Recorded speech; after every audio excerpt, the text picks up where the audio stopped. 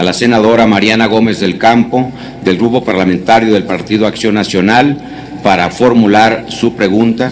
En el uso de la palabra, hasta por 3 minutos.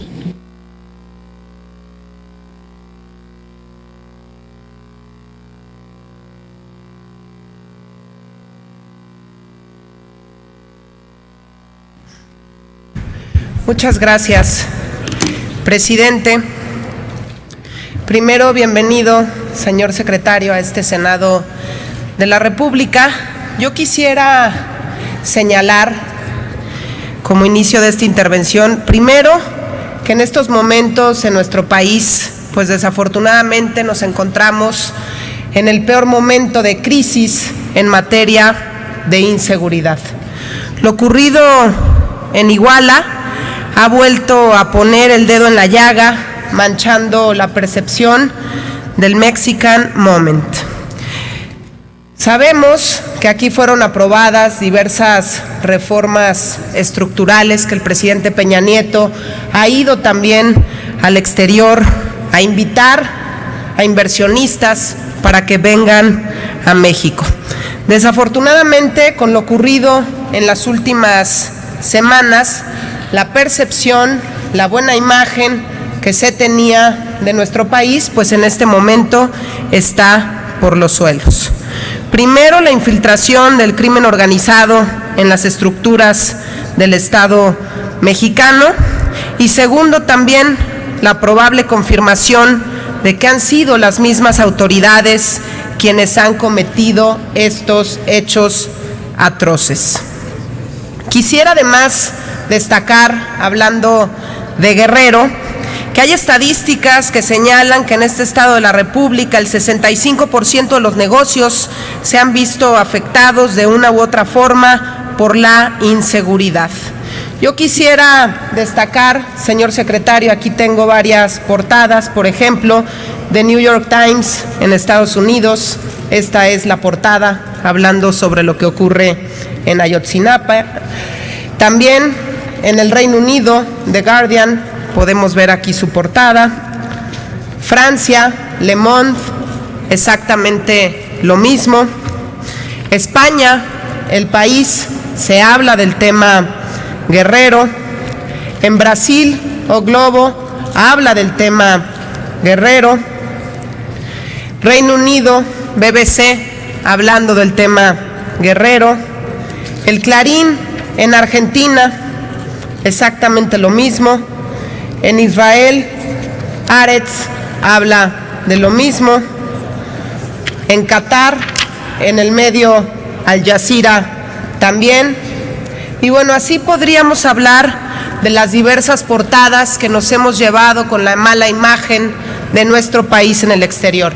Yo quisiera saber, señor secretario, ¿qué hará usted al frente de la Secretaría de Relaciones Exteriores para cambiar la percepción de nuestro país? ¿Tendremos que reposicionarnos de alguna manera? ¿Cuál va a ser la estrategia para que esto así ocurra? Porque después de aprobar la reforma sabemos que cualquier persona que quiera invertir en el país va a pedir seguridad y va a pedir las garantías. Y si estas siguen siendo las notas, esta ingobernabilidad, pues va a ser sumamente complicado que puedan verse resultados concretos a partir de las reformas aprobadas. Y por otro lado también, un caso que no puedo dejar de mencionar es el caso Venezuela. Desafortunadamente hemos visto a nuestro gobierno pues muy callado ante la violación a los derechos humanos de muchos estudiantes en Venezuela. Yo quisiera compartir que a veces siento un poco de incongruencia por parte del gobierno. A veces se preocupan por los derechos humanos, lo han externado en la ONU, por ejemplo, pero ante una evidente violación a derechos humanos en un país hermano como lo es Venezuela, pues hemos visto sumamente callado a nuestro país. Incluso se hicieron pronunciamientos en su momento, y bueno, en el pronunciamiento que se hizo para el caso Venezuela y la muerte de estudiantes, ni siquiera se mencionan los derechos humanos. El mismo día se lamentan los actos de violencia en Ucrania y ahí sí se cuidó el tema de los derechos humanos. Aquí tenemos los dos pronunciamientos por parte de la Cancillería y desafortunadamente así fueron las cosas. Y por último, dos incidentes, en Venezuela nuevamente y en Estados Unidos. En Venezuela, el incidente en el que la Fuerza Aérea Venezolana derribó un avión con matrícula mexicana en su territorio. Desafortunadamente tampoco pasó nada y yo quiero aquí destacar que lo único que supimos fue una llamada entre cancilleres y después el canciller de Venezuela mencionó que el asunto estaba superado. No contamos con nada de información por parte del gobierno mexicano. Y ahora sí, para cerrar, hace un año conocimos también, gracias a medios de comunicación internacionales, que el gobierno de Estados Unidos presuntamente había realizado actos de espionaje a funcionarios y dependencias de nuestro país. Salió a dar declaraciones muy enérgicas nuestro embajador de México en Estados Unidos y dijo además que pediría al presidente Obama pues los avances en cuanto a las investigaciones se refiere, y al día de hoy no tenemos nada de esta información. Yo quisiera concluir aquí mis preguntas. Muchas gracias, secretario. Gracias, senadora Mariana Gómez del Campo. A continuación se le concede el uso de la palabra al doctor José Antonio Meade Curibreña, secretario de Relaciones Exteriores, para dar respuesta a la pregunta de la senadora Mariana Gómez del Campo. Muchas gracias, senadora Mariana Gómez del Campo. La política exterior, decíamos al principio de la intervención, es un reflejo, es un espejo en el exterior de la política interior. No puede uno vender la imagen del país con base en una campaña de relaciones públicas. Puede uno fijar la posición del país con base en lo que el país está haciendo. Por eso, cuando hoy se piensa en México, se piensa en una democracia que funciona, en una democracia que puede ponerse de acuerdo para aprobar reformas estructurales. Se piensa en un país joven, en un país con recursos humanos bien calificados, en un país que genera espacios de competitividad, en un país que es atractivo para la inversión, para el turismo y para el comercio. En el caso del tema de Ayotzinapa, eso es igual. Nos juzgará la comunidad internacional por la forma como reaccionemos. No nos mueve en nuestro actuar lo que piense la comunidad internacional. Nos mueve en nuestro actuar la convicción propia de que en un asunto como el que enfrentamos, cabe en primera instancia la condena y cabe también el compromiso de que no mediará impunidad.